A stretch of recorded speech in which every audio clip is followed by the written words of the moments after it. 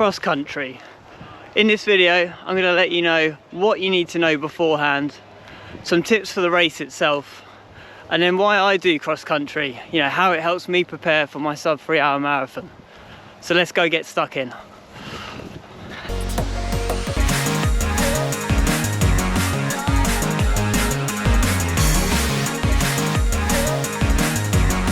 Hi, I'm Nick, and this one's all about cross country.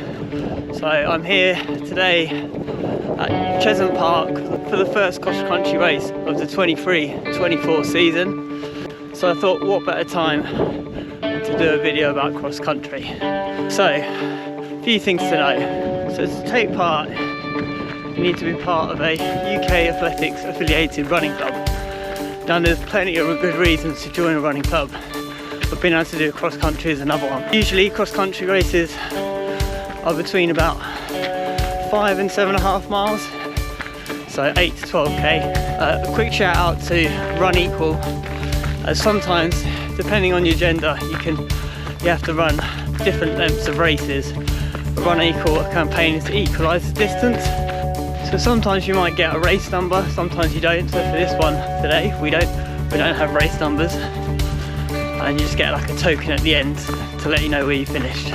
So the main thing about cross country is clues in the name. It's off-road. So most cross country courses have laps. This one here I'm doing today has 3 laps. Most importantly, cross country is for everyone. Yes, there might be token finishes at the finish and you might score points for your team, but ultimately cross country is about going out there, running for your club and just enjoying it. One of the big things with my club, Fenwick Spartans, is getting everyone out there supporting each other. Okay, so just time for some race tips now, and probably something for the beforehand as well, but it's time to talk about shoes. So yes, some races are muddy, yes, some races are hilly, not all races, but pretty much if you do want to do cross country, it's a good idea to get a pair of trail shoes.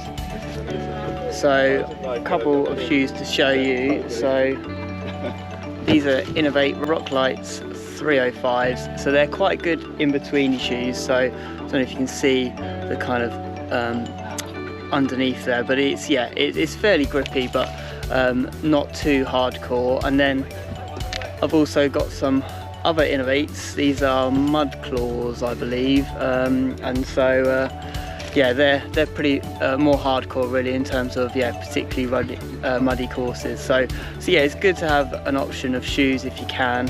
When I first started running, I only ever wore road shoes, and so these were actually the first pairs of other shoes that I got, and I've had these for over 5 years now. So you know, they do last a long time. So once you've got a good pair, then you've got them. Okay, so some more race tips. You want to try and get in a place in the start line which feels right for you. Don't go out too hard. You do not need to absolutely sprint at the very start of the race, but bear in mind that you don't want to equally get stuck behind people that are a bit slower than you. So just factor it in and set off at a fast but manageable pace. On the subject of pace, what you should be focusing on is your effort. So try and make sure that you're keeping a fairly even effort throughout the race, whether that's going uphill, downhill or on the flats. And finally, just enjoy it. You know, I think people sometimes have this view, you know, memories of cross country maybe from school and how horrible it was, but my experience, and I've been doing this for 5 years now, is yes, it can be hard, yes, it can be tough, but it is good fun. There's a real camaraderie. I don't think it's too competitive, and yeah, there's a sense of achievement afterwards as well. Why do I do cross country training? I think it's the perfect way to train yourself for a spring marathon. You know, using these winter months to really build up your strength. If it is a hilly course, that's only going to serve you well if you're doing, say, a flatter road marathon. So really just use this as part of your training. You could incorporate it into a long run, or you know, swap things around, so you do a longer run on a Saturday and cross country on a Sunday. Or, let's be honest, on the really tough ones, it's enough of a workout in itself. So yeah, I just thoroughly recommend it. It's brilliant training, you really can't beat it. One more thing to share before we get stuck into this race, the terrain. So you're running on the roads all the time, it's not great, so just having a bit of variation is really good for your ankles, for your feet, and try not to put too much strain on your body always running roads at a time.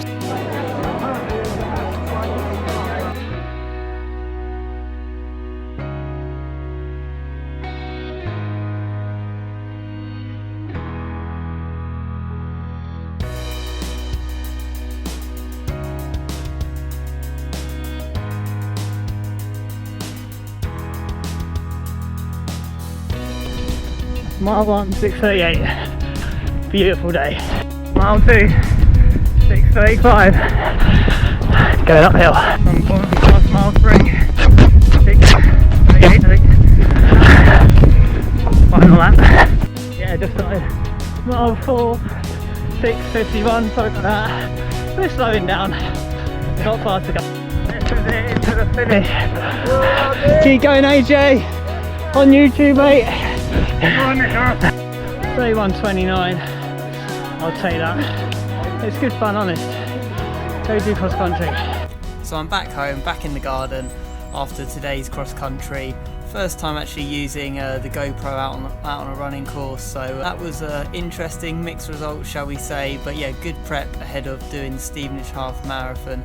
There are still places, so if people fancy coming joining me at the Stevenage Half, then get signed up for that one nice and quick, because yeah, plan to do another race vlog for that.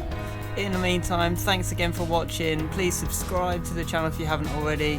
Give this video a like if you've enjoyed it, and let me know what you think about cross country. Have you done it before? Are you looking to introduce it into your training?